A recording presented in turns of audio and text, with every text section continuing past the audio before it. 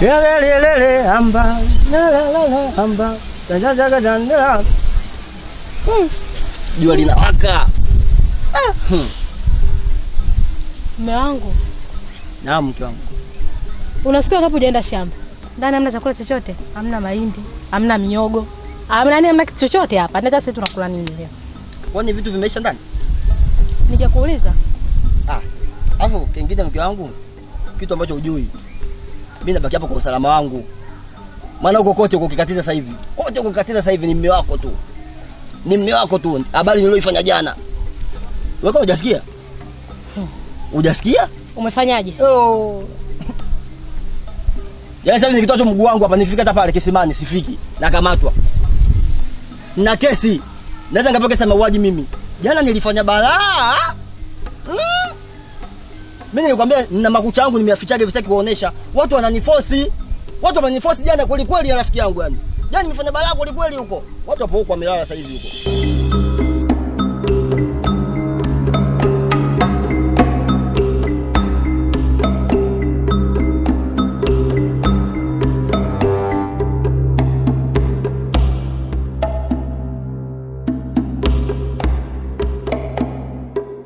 Kamawe. Ujumbe. Karibu mfalme wangu. Asante Malkia. Habari za hapa? Salama, sijui uko ulipotoka. Salama tu. Enyi wajakazi, naomba mnipishe na mazungumzo na Malkia. Sawa.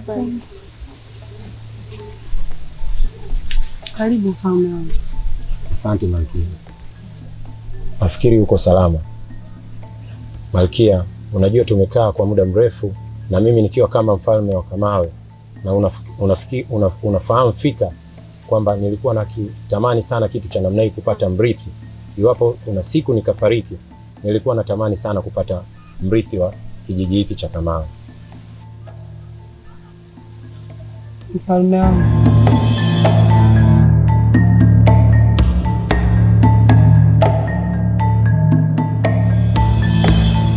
Msibeta katanguza muda yote. Walinzi wa mfalme.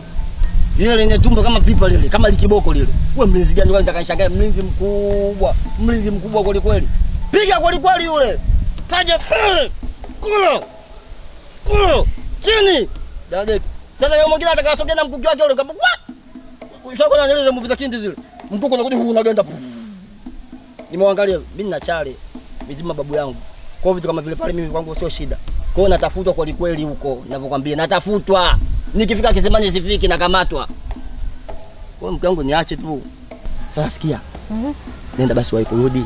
Nimemisi mambo yetu Saudi alibigili. Vingapi? Kwa tunashaga vingapi? Hamna chakula. Tunashaga vingapi? Tunaongeza hivyo? Vitatu. Kama atiki ya mpira vile. Basi kuna mimi nikakote hapa kuna. Kwa hiyo usitoe kurudi sasa. Kama nilivyokuambia. Kelele moja. Nishafika mgeni. Unaniponzaga. Ukanichelewesha. Usichelewe. Haya. Mmoja katokea hapa maana watu wenyewe kama mizimu. Nakuhusu hilo jambo.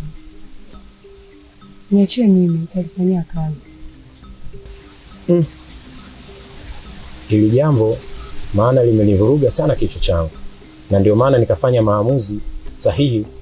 Nafikiri unafahamu katika kijiji hiki tuna mtabibu ambaye ni maarufu sana. Na nimeenda kwake. Amenichunguza mimi niko salama kabisa. Lakini nafikiri tatizo hili la kupata mtoto litakuwa kwako Malkia. Mfalme wangu. Najua kama mimi ndo na matatizo. Ila nivumilie. Hivyo siku Mungu atafanya shani yake. Hapana Malkia.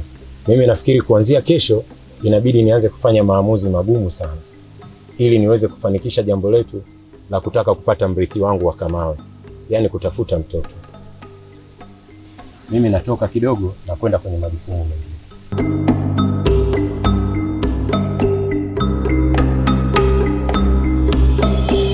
Kamawe.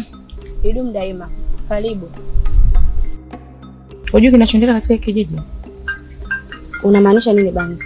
Au mmekaa kimya kwa sababu ni mke wa mshauri? Unamaanisha nini Banzi? Yaani Unavoniuliza mimi kuna kitu kimetokea kipindi kinaendelea hapa kijijini unavijua. Yaani kama unaniumiza tu kichwa kwa sababu ni mke wa kiongozi. Na mume wako ndo mwenye uwezo kumshauri mfalme ili mambo yote yaende sawa hapa kijijini. Lakini hapana, mmekaa kimya tu. Kwa sababu ni sisi. Unapaswa uniambie ni kitu gani hicho? Yaani kwanza unataka kujua nini ambacho ukijue. Yaani kilichonileta hapa.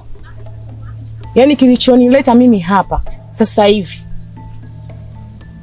Yaani mpaka nazungumza na wewe. Anachokifanya mume wako na kiko sawa.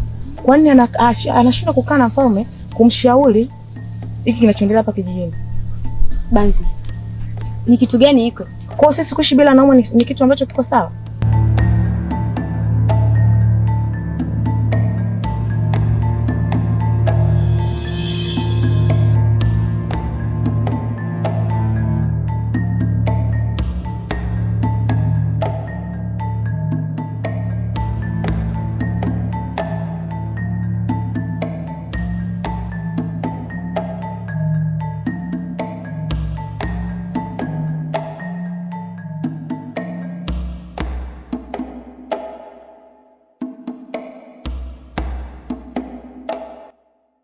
Kamawe. Idumu daima.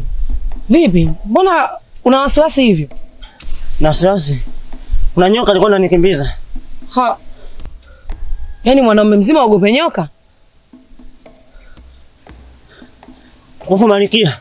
Kuna nyoka wengine hatuwezi kuamudu kugombana nao. Ha? Hai, na hiyo sauti yako vipi? Malikia. Sauti hii ni maradhi ambayo nimezaliwa nayo. Mungu wangu. Yaani wewe katika vikao vya wanaume wewe usogee kabisa. Sasa Malikia, mbona kama unanizi yake? Na kuzi yake vipi? Mwanaume anatakiwa ukaze. Kwanza unaogopa nyoka. Cha pili sauti yako yani haieleweki. Unatakiwa ukaze ili ukisikia vikao vya wanaume wewe unajumuika kwenye hivyo vikao. Sasa Malikia, nimekuelewa. Na ngoja niwahi Maliki wangu. Maana hakoko hali sio shwari.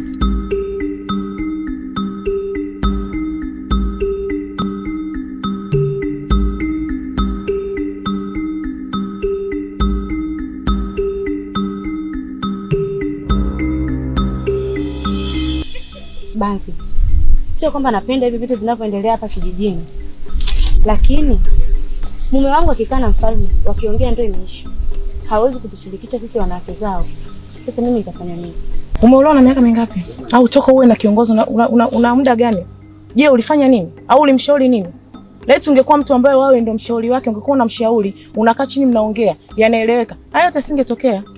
Samani Banzi. Kama shida ni ile issue ya kutokuwa na ndoa hapa kijijini kati yenu nyinyi wana kijiji. Hilo mimi mwenyewe nimelipinga. Isitoshe, ninajitahidi sana kupambana kusuluhisha hili jambo. Kama swala ni hilo, basi mtulie wana kijiji. Tutashughulikia, litaenda sawa. Sasa kinachoendelea sasa hivi. Sio nani? Nakupa siku hizo. Haijalishi ni mke wa kiongozi, haijalishi ni mke wa mshauri, haijalishi ni chochote. Nakupa siku hizo 3. Mimi naenda. Nitakavyorudi hapa sirudi peke yangu. Nitarudi na wenzangu. Nimemaliza. Yaani niliyajua. Haya niliyajua kama yatatokea.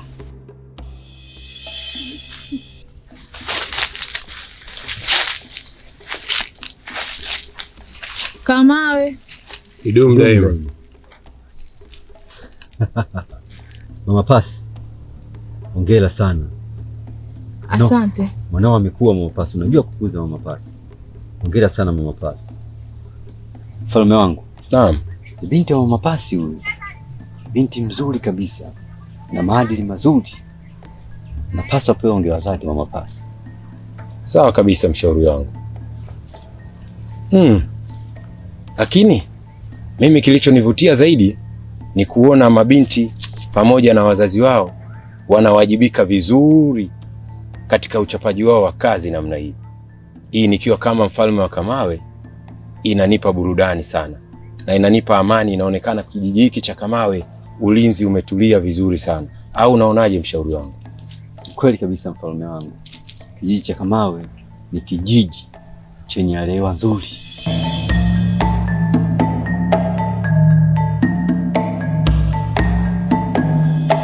Ndugu zangu, yaani leo tangia asubuhi mfalme ameondoka hajarudi mpaka sasa hivi. Na sio mfalme peke yake, hadi mshauri Alipoaga akasema tunarudi, lakini umetuweka hapa mpaka saa hizi jamani. Tutaondoka hapa saa ngapi sasa? Ndugu zangu, niambie kitu. Unajua mfalme na mshauri ni watu wakubwa katika kijiji hiki. Ndio. Yaani tukisema tuwafuatilie ndugu yangu, taisha pabaya, ni wacheni kama walivyo. Na kweli unachokiongea sahihi. Maana huko sahihi sana. Kiacheni haya mambo yapite tu. Kabisa kabisa.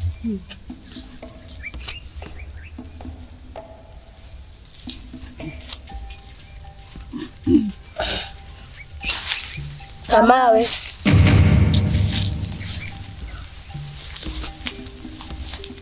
Kamawe. Jamani, tujitahidi tumalize haja zetu hapa. Kweli?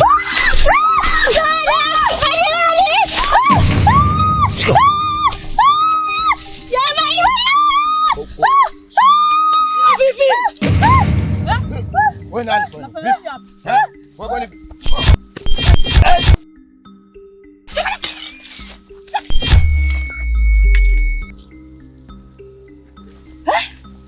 kijiji gani hichi? Wanaume watatu wanataka kumpaka mwanamke mmoja. Muda hadi kizama kama mimi. Tuna vyakula vizuri mfalme wangu. Lakini pia taratibu zetu zinafanya mabinti wa kijiji chetu kuwa na maadili mazuri. Lazima tuwape hongera zao. Ya mfalme wangu.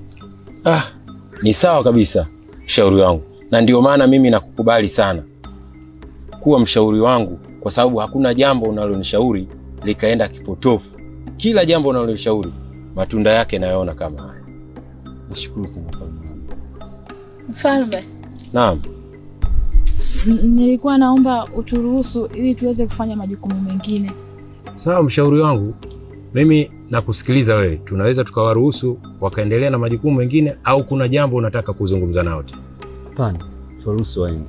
Sawa Mama Pasi, mimi nawatakia majukumu mema. Asante mfalme.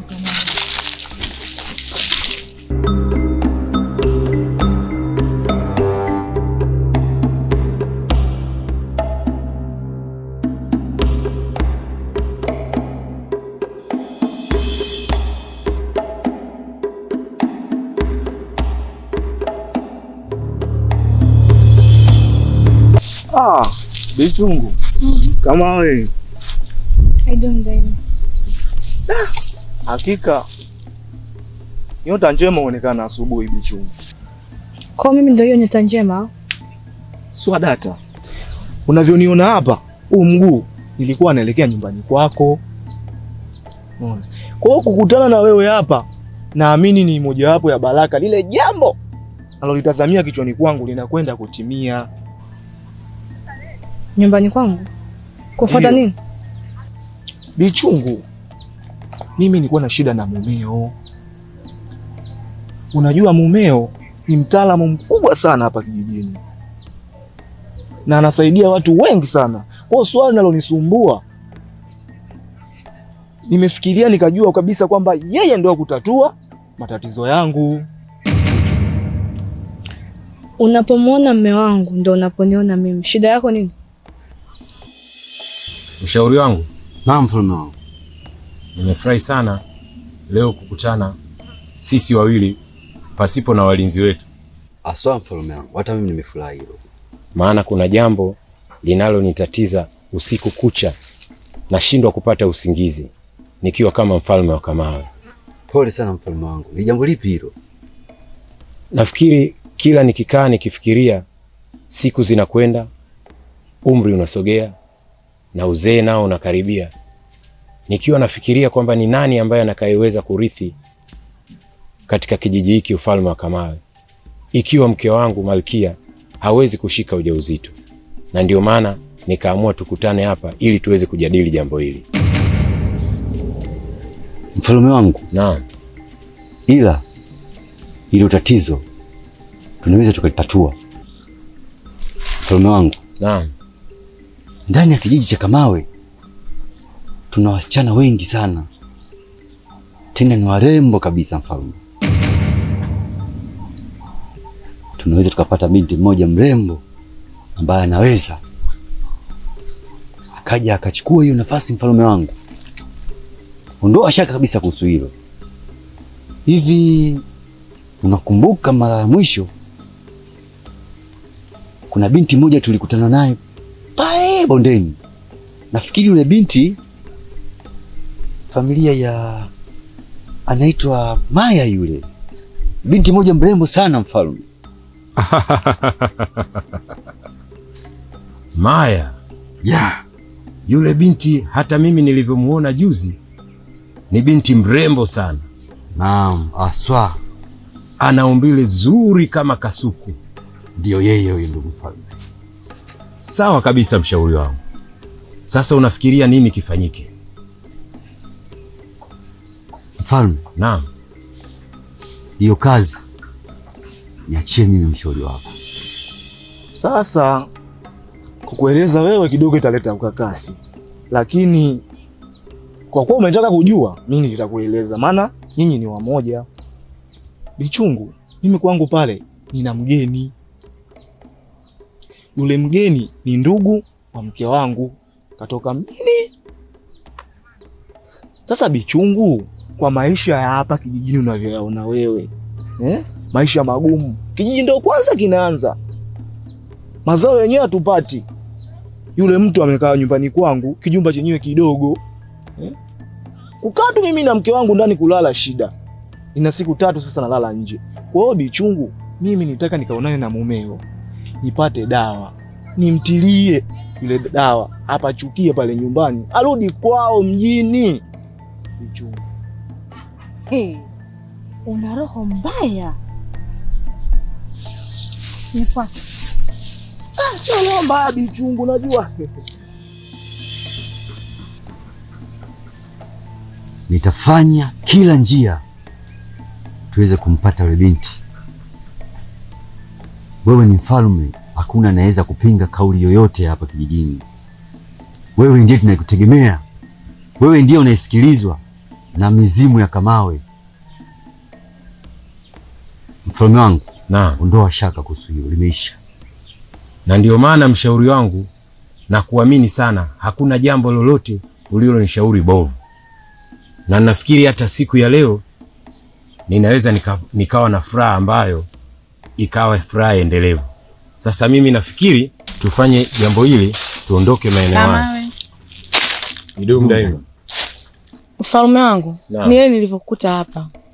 Kuna jambo linatuchanganya sana katika kijiji, hasa ni wasichana. Jambo gani? Ni swala la kuto sisi kuolewa. Kipindi sisi tuna mioyo na tunahitaji pia. Pumbavu wewe. Vitu gani unaongea wewe? Na ni nani amekupa ujasiri wa kuongea vitu kama hivyo mbele ya mfalme wako? Ondoka hapa. Mfalme. Naam. Hawa ndio miongoni mwa watakaokuja kuharibu taratibu na sheria za kijiji chetu cha Kamawe.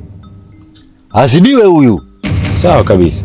Wewe binti, potea maeneo haya. Hapana mfalme, naomba tusaidie katika hilo swala, maana wewe ndio kiongozi wetu. Nimesema ondoka. Ila mshauri wa mfalme, unachokifanya kiko sawa. Itafikia hatua tutaenda kujazana pale nyumbani kwako, afu utajua utafanya nini. Kwa hiyo kitu ambacho ulichoamua kufanya. Nenda katafuta kichaka ujisaidie wewe. Mbao. Mfalme wangu. Naam mshauri. Muona mambo yanayotokea. Sahihi kabisa. Mfalme wangu. Naam. Tufanye tambiko mapema sana kabla mambo hayajaribika. Na ndio maana nakubaliana na wewe, kwa sababu hizi ishara zinavyoelekea kuna jambo baya linaweza likatokea. Mshauri, muda mrefu sana tujafanya kafara. Sasa mimi nafikiria tusicheleweshe mambo. Bora tuondoke maeneo haya tukajipange na hili swala linalotaka kutokea. Sawa mshauri.